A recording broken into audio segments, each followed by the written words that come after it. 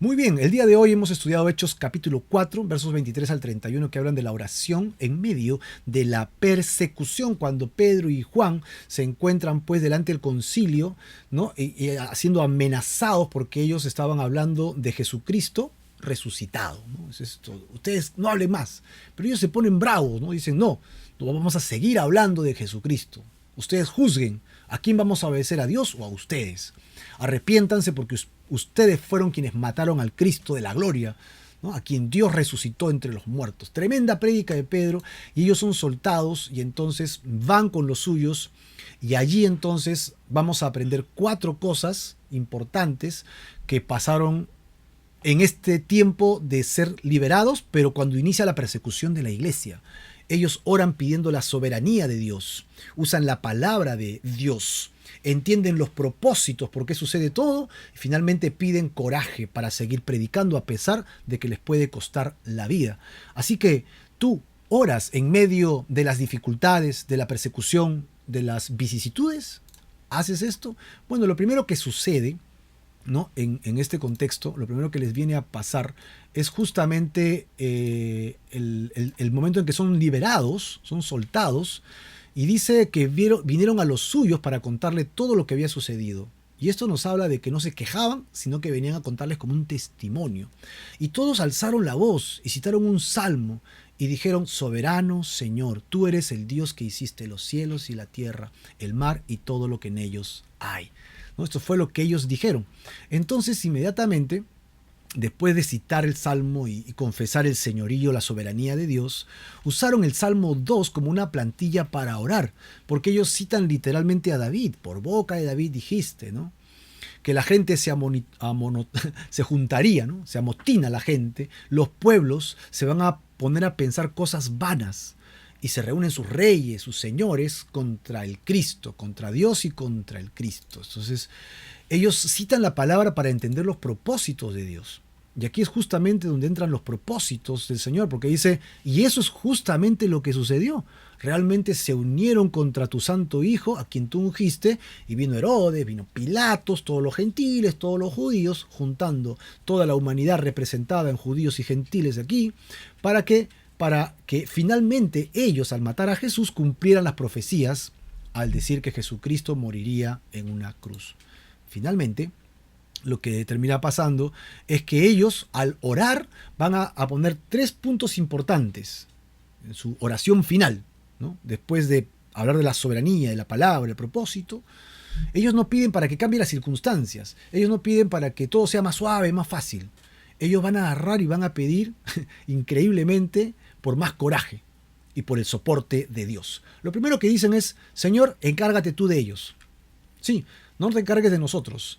Míralos a ellos. Ellos están haciendo lo suyo como judíos o gentiles carnales que van en contra de tus propósitos. Mira tú sus amenazas. Así que el primer punto es: tú te encargas de ellos. Segundo punto: tú, ok, danos a nosotros algo. Y aquí es donde ellos no piden cosas que necesiten para hacer la obra. ¿Sabes lo que ellos hacen? Concédenos a nosotros el valor, el coraje, ¿no? Para que podamos con denuedo hablar la palabra de Dios. Qué increíbles son estos señores, ¿ah? Y por último, le pide que le dé soporte, porque le dice: mientras que nosotros predicamos y te encargas de ellos, tú danos un soporte, que la gente sea sanada, que haya prodigios, sanidades, señales, que acompañen a nuestra palabra para que el mundo entienda esto, para que el mundo entienda que tú eres el que nos has enviado. Esto es increíble, porque esto nos habla de cómo orar. Bueno, ¿has tomado nota? Si no has tomado nota, yo te voy a tratar de resumir los 4 puntos que hemos aprendido para orar en medio de las situaciones angustiantes y difíciles. Cuando tú te encuentras en persecución, tal vez te has convertido a Cristo hace poco y tú quieres hablar de Cristo y encuentras oposición. No sabes cómo orar por esto, cómo pedirle a Dios. Pues esto es lo que hemos aprendido hoy día. Si vas a orar en medio de una situación de persecución o dificultad, lo primero que tienes que hacer, ¿qué cosa es? Reconocer la sabiduría. No empieces pidiendo, empieza reconociendo la grandeza, la soberanía. Señor, tú eres el Dios que hiciste los cielos, que hiciste la tierra y todo lo que hay en ella. Te puedes ir a Génesis capítulo 1, a Primera de Tesalonicenses, donde encuentras que Cristo, en Él se hicieron todas las cosas y por Él todas las cosas fueron hechas y en Él se sustentan. Te puedes ir a Juan capítulo 1, versículo 1, ¿no? Que en el principio era el Verbo y todas las cosas fueron creadas por Él y por medio de Él fueron hechas todas las cosas. Y así te puedes ir a los Salmos, te puedes ir a un montón de lugares y encontrar cómo Dios es el creador de todo. Y si Dios es creador de todo, querido amigo que me estás escuchando, ¿acaso no se encargará también de tu problema? Si Dios se preocupa incluso de alimentar a las aves, de que las flores se vean bellas, como dice Jesús, ¿no? ¿Acaso no valemos más nosotros que las aves o las flores? Más aún cuando Cristo ha derramado su sangre para que nos salve y nosotros lo hemos aceptado. Pues definitivamente sí, la respuesta es sí, Dios sí se preocupa de ti. Si Él se preocupa del universo y tiene el poder de sustentarlo, sí se va a preocupar por mí.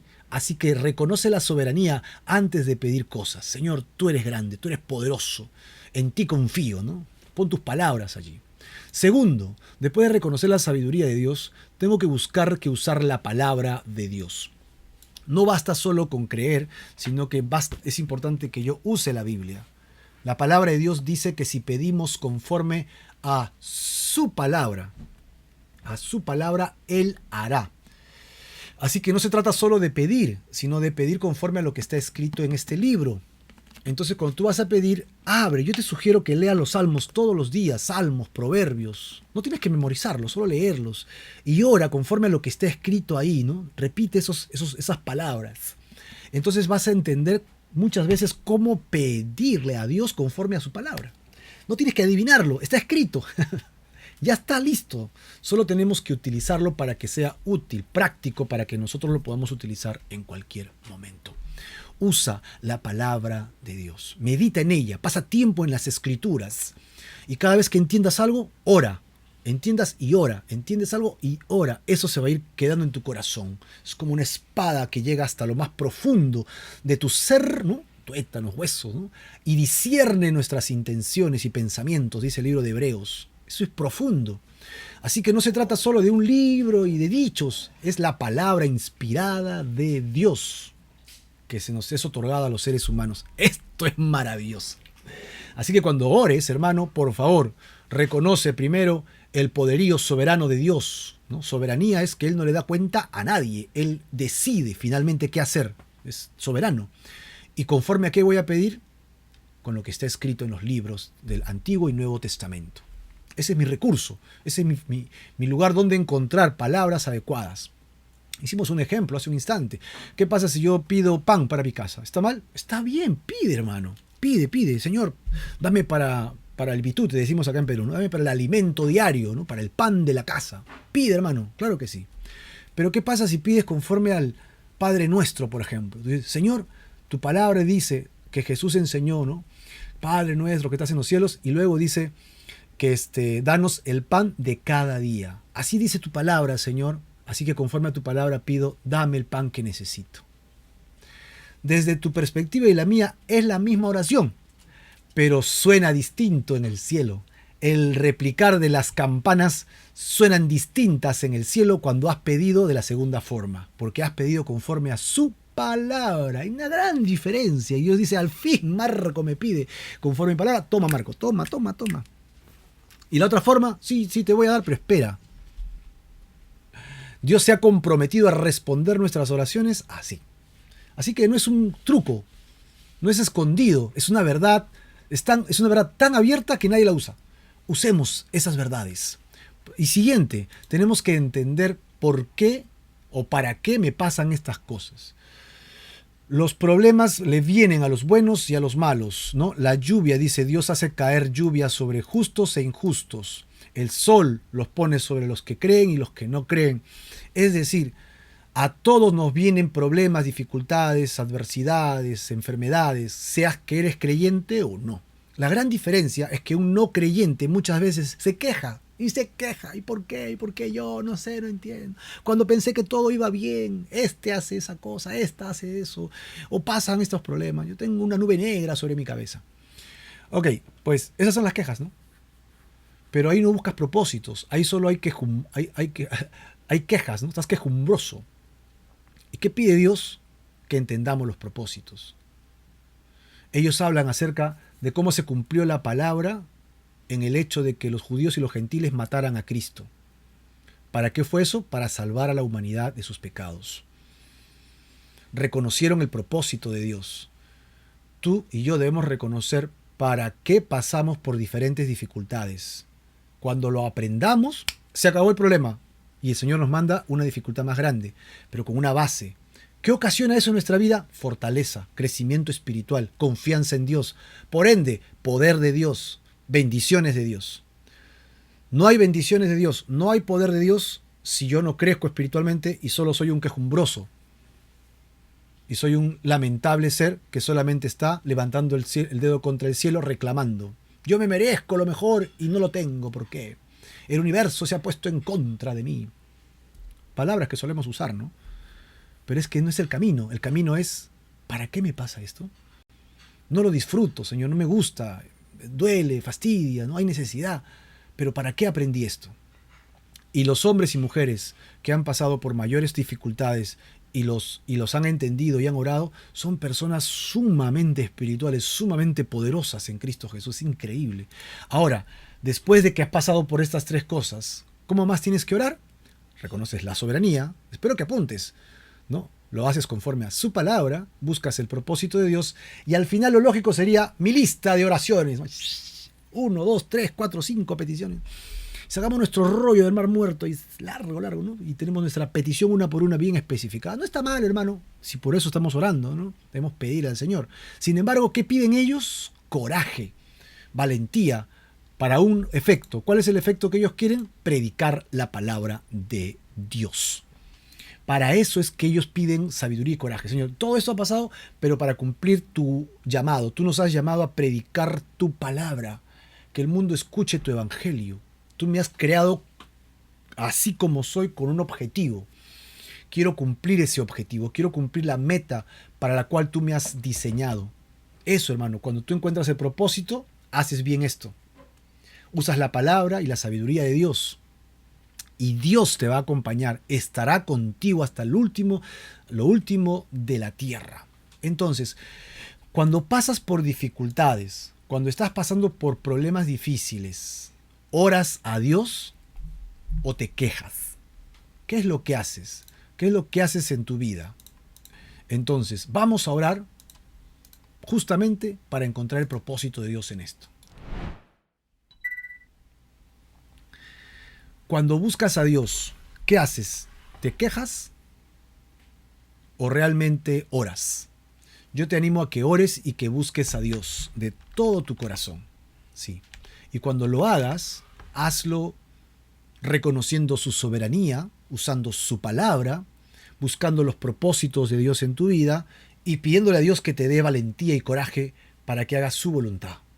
Allí Dios abrirá puertas, ventanas de trabajo, negocio, proveerá. De una u otra manera, Dios hace su obra. Y tú y yo debemos confiar en que Dios es quien nos sustenta a través de nuestros dones y talentos, no al revés. Yo me sustento solo a través de mis talentos, Señor, y bendíceme. No, así no funciona, es al revés. Voy a Dios y Él me nutre. Y todo es sustentado a través de su poder y de su gracia.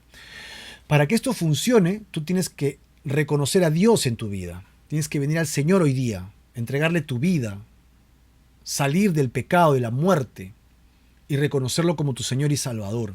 Nacer de nuevo, vivir una nueva vida con Dios. Y en esa condición, entonces, tú pasas a un siguiente nivel de hijo de Dios, en el cual entramos en un crecimiento espiritual. Y todas las adversidades que tendrás van a ser parte de tu entrenamiento. ¿Qué necesito hacer para encontrar a Dios? Reconocer que eres pecador. Tú y yo somos pecadores, flagrantes pecadores, en contra de la voluntad de Dios. Y debemos reconocerlos honesta y francamente. Pecamos, mentimos, robamos, engañamos. ¿Sí o no? Eso sin contar los peores pecados.